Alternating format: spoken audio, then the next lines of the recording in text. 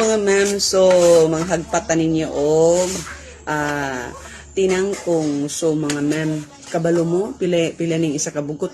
25 pesos ginoo ko, nagpalit na lang ko ani kay para akong itanom. Kay para dito sig palita mga ma'am sa panahon karon. So be wise. So naman tayo mini garden ako ni siyang idugang kay. Nakoy mga inani tinangkong, pero kuan man siya kanang need na bitaw siya nga kuan mag replanting na bitaw taana. So gusto ko magbag-og tanom.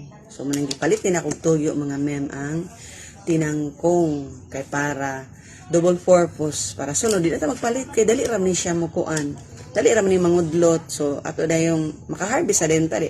Anytime mo gusto ta magsalad, makasalad na din ta mga ma'am. O di ba? So be wise gid mga ma'am sa panahon karon. Grabe na tagaliog ang presyo, di ba? So di lang kay magsitag tanom og mga bulak, dapat mga gulay pod atong ipangkaang o walay katamnan ipangkaang na ninyo. Kay may na lang di na ta kapalit og gulay. Kana pa bay paliton 25 pesos dako na kana 25 pesos pwede na nimo dugangan ipalit mo sardines, o di ba? O di makagisa na kagulay. So kinahanglan gyud nga kuan ta ma-discarte gyud ta sa atong kuan daily expenses mga ma'am kay lisod na, di ba?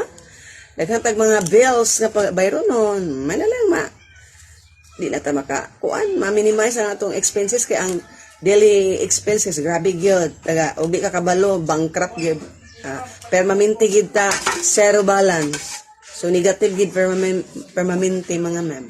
So muna nga sa unsa na to ka pobre maningkamot gyud ta nga kanang maka save tabi sa ginagmay na lang no dako ra kanang pampang mga 5 pesos 10 pesos 25 labi na 25 pesos. So mabuhi na ni dako na din mawa ng 25 pesos. Dito na nato idugang ipait sudan pait atong isda karne may na lang, di ba mga ma'am? So inana gyud kay para makasurvive tas atong daily expense di ta magsigig tanga nya igno ni kag way utok, o di ba? Muna mga ma'am. So sa kanang wala na kabalo, may yung buhaton og naglisod mo na problema mo nga way katamnan hala pagpalit og pat ipangtanom. Di na ka magpalit og pat kanang yung mga kuan dia, mga lata. Pwede na ninyo tamnan, o di ba? So inana ra ka simple ang life mo, ma'am. So di na to himong kuan lisod. Kay mo samot ta nagkakuan labad ang ulo, di ba? Ano ro na? So once again, thank you for watching and have a nice day, babu. So atong topic for today is tipid tips. Okay?